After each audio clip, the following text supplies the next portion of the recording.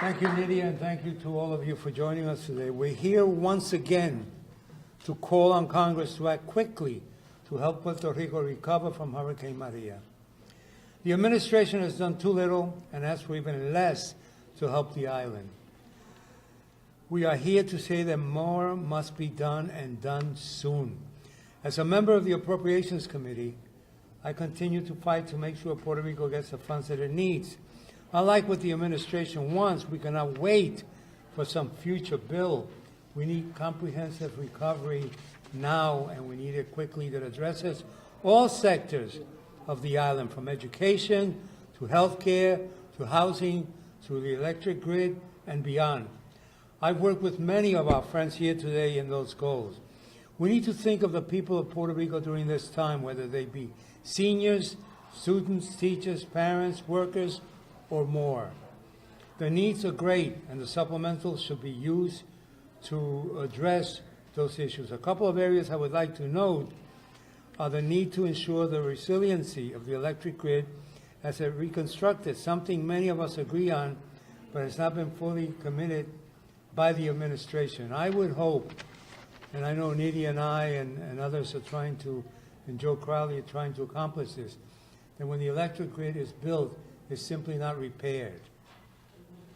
Repairing it, I know that's a horrible statement for me to make in a way, because I've got electricity in my house in the Bronx and here in Washington, and there are people who say, I'll take electricity in any way. But my message to them is, if it takes another week and we could begin to work on a power grid that is for the future, that makes Puerto Rico stronger than it was, then we could be looking at saving ourselves a lot of headache and a lot of pain in the future. I would also note the needs of students, loan borrowers in Puerto Rico, of which there are nearly 300,000, almost 10% of the population.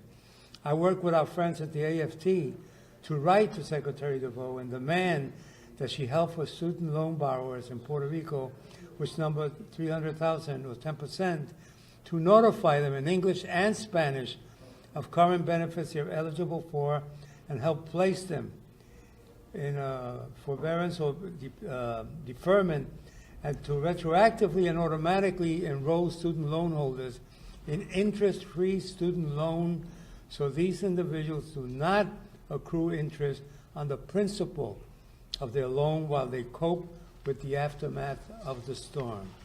But to be clear, we cannot give one hand and take away with the other. The GOP tax scam bill conference in these days has provisions that would do serious damage to Puerto Rico's economy.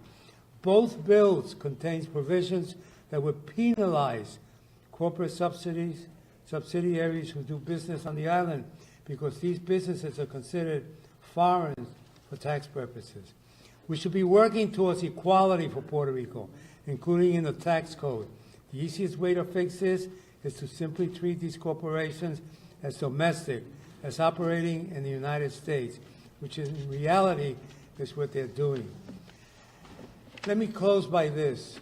In my 27 years in Congress, one of the arguments I've always made is, why do we treat the territories differently?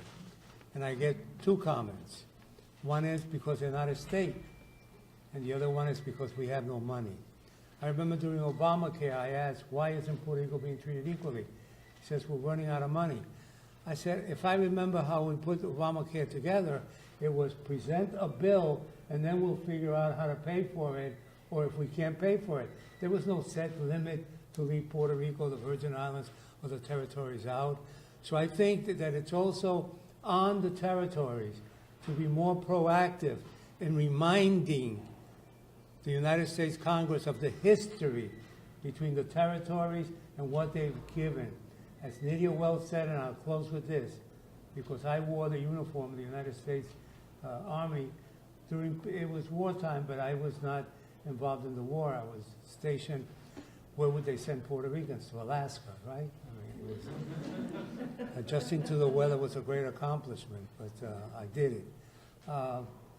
When it comes to wartime, we're equal. But we also want to be equal when we're doing tax work and doing other issues. Thank you.